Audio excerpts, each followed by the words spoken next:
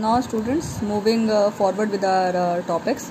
In the earlier video today we had studied about the valence bond theory, and in that video with an example of the compound of cobalt and ammonia as the ligand, we had studied about the inner orbital or low spin or spin paired complexes.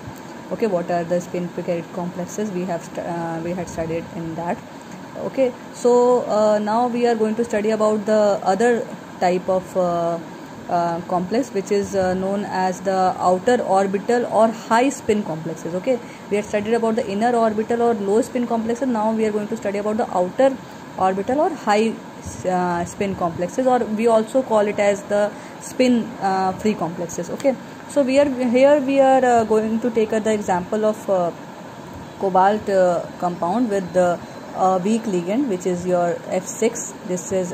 This comes in your weak ligands. Okay, so in this case these ligands use the outer 4d orbitals. Okay, so in case of the inner orbital, which we studied in the earlier video, we had studied that it uses the inner 3d orbital. Okay, but in case of outer orbital complex, we are studying that it uses the outer orbital, that is the 4d orbital for hybridization, and forms the hybridization of sp3 d3 hybridization. Okay, so students, now here we are going to take the example here, and let's see that how it is formed.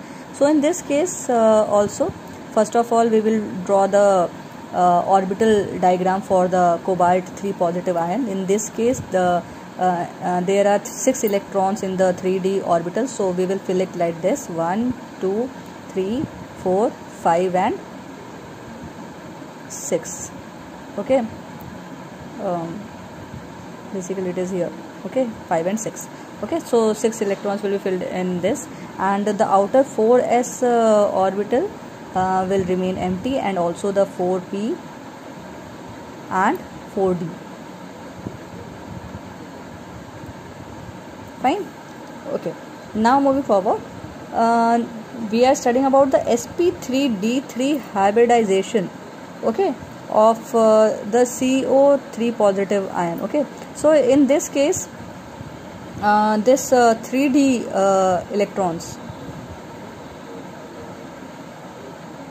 which we had filled like this: 1 2 3 4 5 and 6. Okay, these are the 3d electrons. Okay, so in this case this 4s, okay, 4s 4p3 means 3 sp3 we are talking na, sp3d3. okay, 4s means 1s, 3p and this d, 3 of the d orbital. Okay, these will combine and will form 6 sp3 hybrid orbitals. Okay,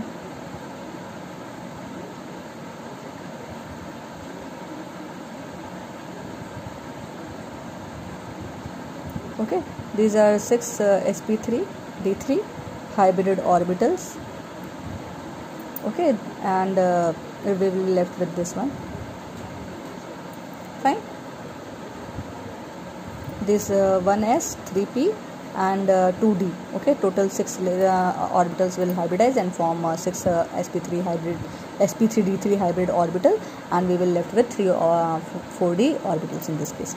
Okay, so now when this compound will be formed, this fluorine ligand compound with the this your cobalt, when this will be formed, then in this case the orbital for 3d orbital diagram for the 3d will be the same: 1 2 3 4 5 and 6. There will be 6 electrons in the 3d, and this empty hybrid orbital which we have formed, 3 4 5.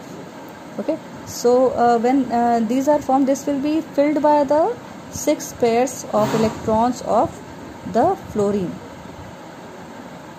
Okay, so 6 pairs of electrons from 6 F ions, that is fluorine ions. Okay, so students, here you can see that in this case this outer 4d orbital is being hybridized.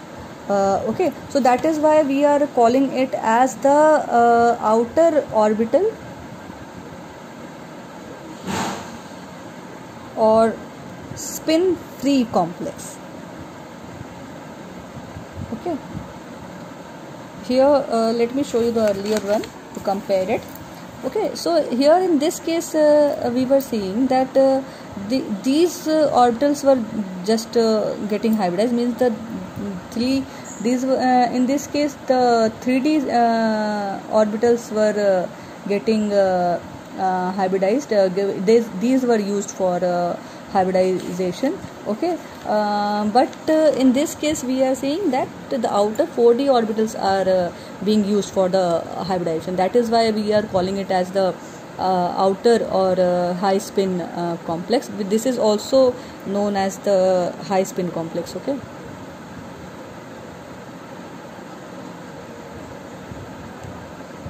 fine.